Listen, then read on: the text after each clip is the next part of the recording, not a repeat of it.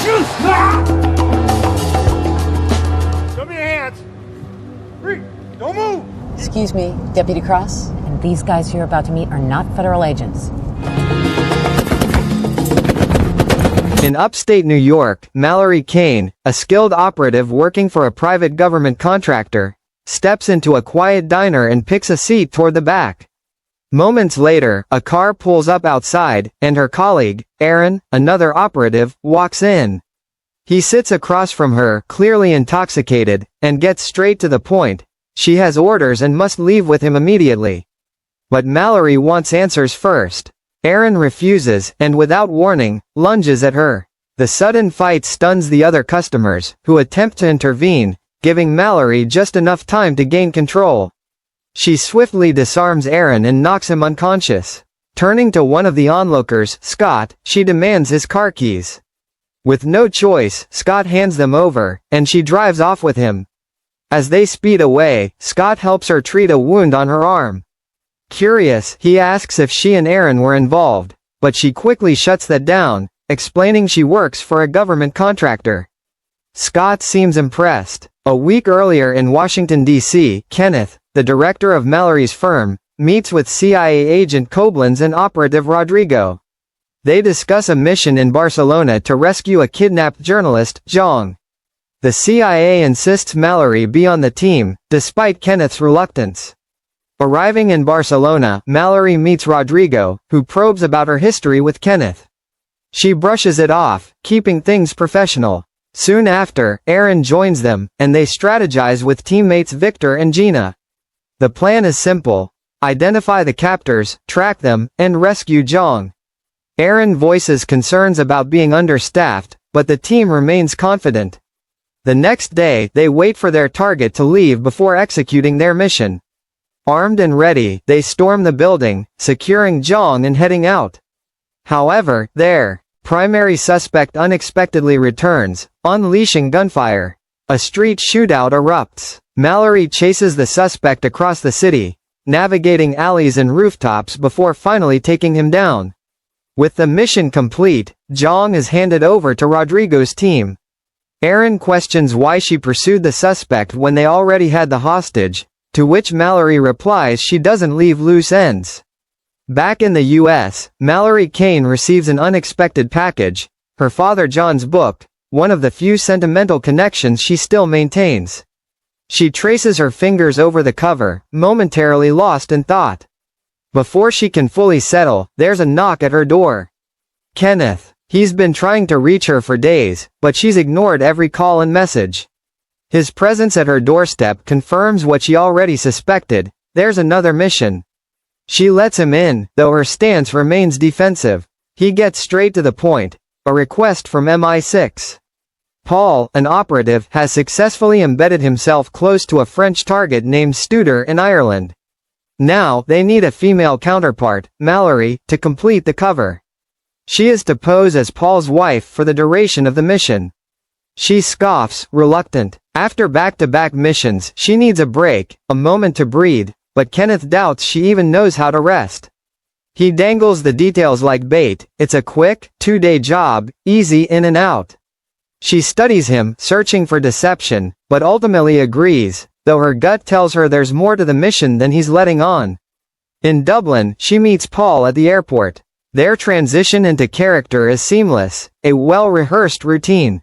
Checking into their hotel, they maintain appearances, playing the affectionate couple. Once inside their room, Paul heads to the shower. While he's occupied, Mallory discreetly installs a tracker on his phone.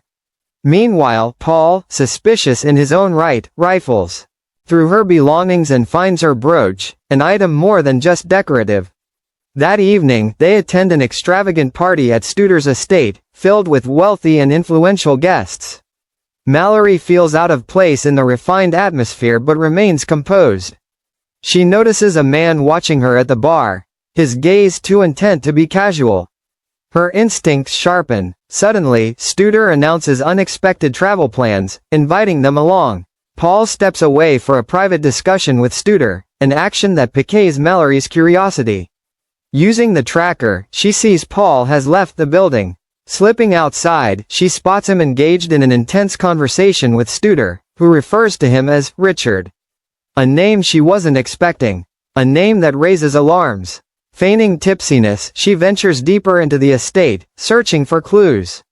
In a dimly lit corridor, she stumbles upon a chilling discovery, Yang's lifeless body, her brooch key clutched in his hand.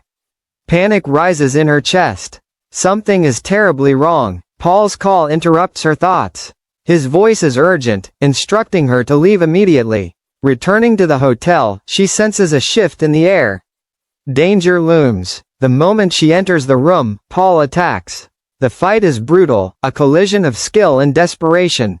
She overpowers him, choking him unconscious before silencing him with a single shot. Her mind races. Checking his phone, she redials a missed call. Kenneth answers, expecting Paul. When she speaks, there is only silence on the other end. She's been betrayed. Without hesitation, she contacts her father, issuing a stark warning. Exiting the hotel, she immediately spots a man trailing her and a car moving too deliberately to be coincidence. She takes off, navigating the city's labyrinthine streets, weaving through alleys until she momentarily loses them. Seeking refuge, she ducks into a convenience store. As she checks her belongings, her fingers brush against something foreign, a sleek, black tracking device. Realization sets in. Someone planted it on her. Sirens blare in the distance. Heart pounding, she drops the device and bolts. Outside, police cars screech to a halt, officers moving in. She blends into the crowded sidewalk, making a sharp turn into an alley. Quick thinking leads her to a back entrance of a hotel. She slips in just as the police secure the block. Moving swiftly, she ascends the stairwell. Footsteps echo below. She reaches the rooftop, her only escape, a daring jump to the adjacent building. With a steadying breath, she leaps. Her hands barely grip the ledge, muscles burning as she pulls herself up. Gunfire erupts behind her. She doesn't stop, sprinting across rooftops until she finds an open office window. Breaking in, she barely has time to catch her breath before two officers enter. She takes them down swiftly, efficiently. With her exit route compromised, she heads to an old fire escape. The rusted metal groans beneath her weight before giving way. She crashes hard onto the pavement, pain lancing through her ribs. Gritting her teeth, she pushes herself up.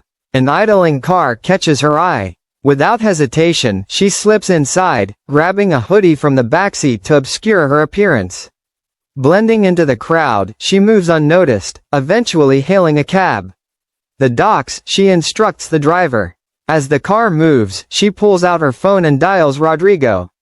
The line connects. Rodrigo, she says, voice laced with suspicion. Did you sell me out? Or was it Kenneth? A long silence follows. Then, click. He hangs up. A cold dread settles over her.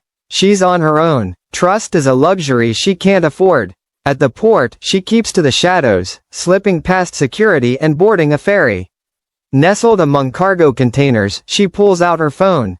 Again. Meanwhile, Rodrigo stares at his screen, fingers trembling. His hesitation has cost him. His phone buzzes again, an encrypted call. Did she contact you? A voice demands.